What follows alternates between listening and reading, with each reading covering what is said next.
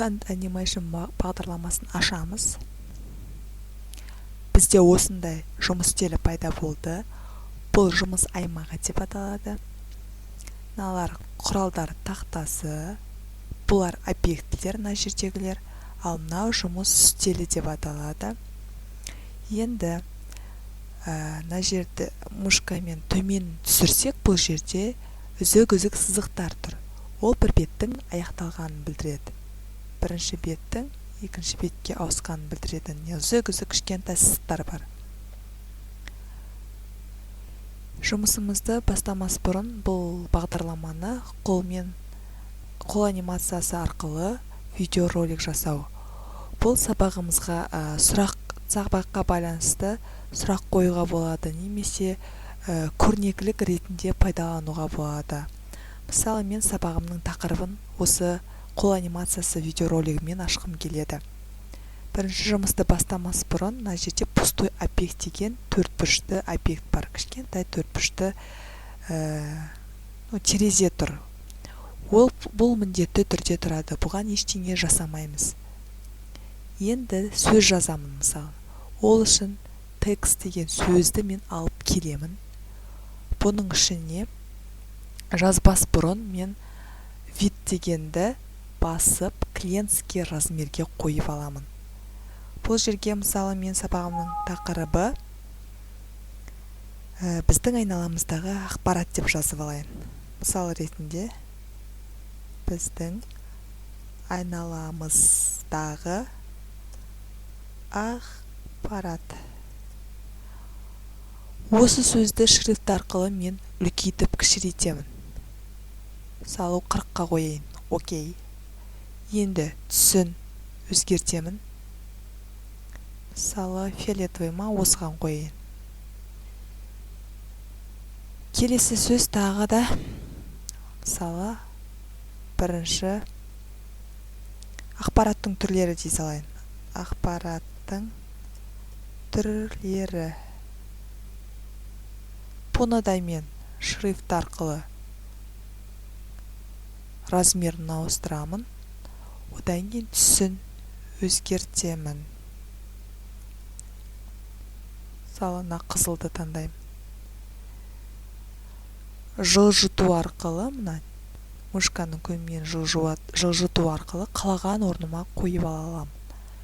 Келесі, мысалы, мен сурет қойғым келеді. Ол үшін картинка дегенді алып, жерге алып келемін тартып. Задний фон. Осы жерде үш нүктені басып, мен сағбағыма қажетті бір кез келген суретті ала салайын. Осыны мушканың көмегімен үлкейтіп кішірейтуге болады. Мен сәл кішірейтіп қойдым. Тағы да бір текст жаза салайын. Текст. Тартып алып келемін. Вид, клиентский размер. Міне. Ары қарай жылжытайын.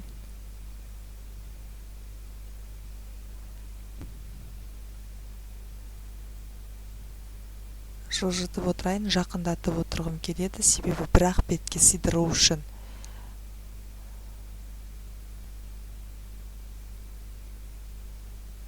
Бұл жерге, мысалы, тағы да видимді уменьшитті басып кішірейте аламын мен. Мына жерге, мысалы, сурет бір дей салайын. Бұл жерде жазылды. Енді бұған пустой объект беремін мен. Пустой объект, яғни аяқталғанын білдіреді. Мына жерге қойсаңыздар да болады. Енді осының үстін бассаңыздар,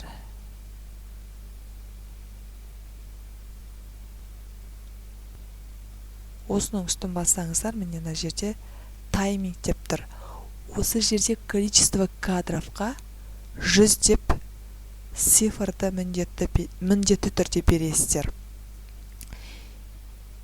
Ары қарай біз мына жердегі артық стрелкаларды алып тастауымыз керек. Міне осында қол шығады, соны делетпен өшіріп тастаймыз.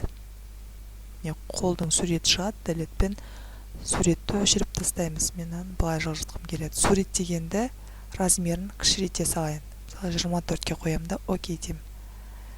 Түсін мысалы жасылға бере саламын. Окей. Ой, жылжып кетті, оны жылжыта аласыздар. Жарайды, қызылмен белгілей салайын, себебі көрінбей қалды. Енді мына линк деген сызық арқылы біз связка жасаймыз сөздерді бір-бірімен. Ол үшін біз линкті аламын.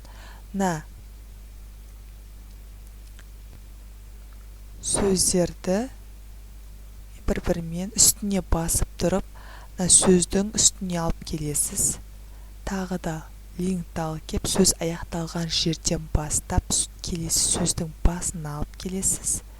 Тағы да линкті алып келіп, сөздің аяқталған жеріне суретке апарасыз. Енді осы суреттен шығарып, міне суретке алып келесіз. Үстіне сөздің үстіне тию керек. 1-2 мм жетпей қалса, біздің видеоролигіміз дұрыс жасалынбай қалады. Сол үшін міндетті түрде үстіне тақап тұрып алып келесіздер.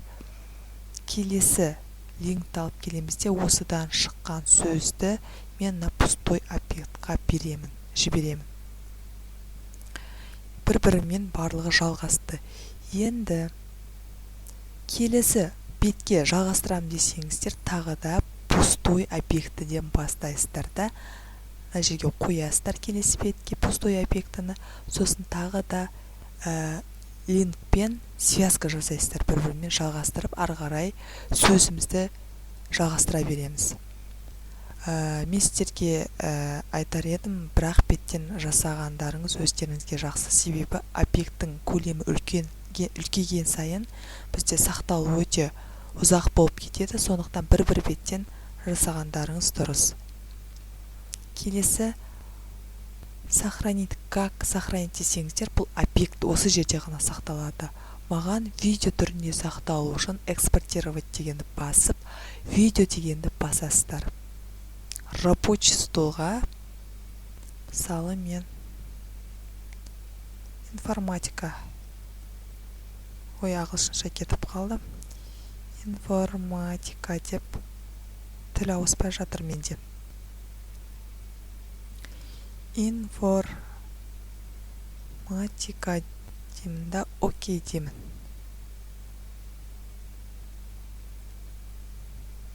Енді кішкене күтуіміз керек.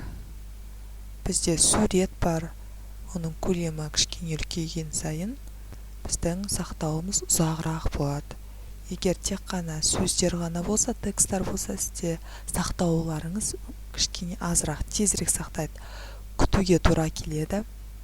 Мына жақтағы объектілерді қарап тұрсаңыздар, әртүрлі фигураларды, скобкаларды пайдалансаңыздар болады. Мен пайдаланған жоқпын бұны, себебі маған тек қана сабағымның тақырыбын осы Hand Animation программасы арқылы ашқым келді. Кішкене күтеміз.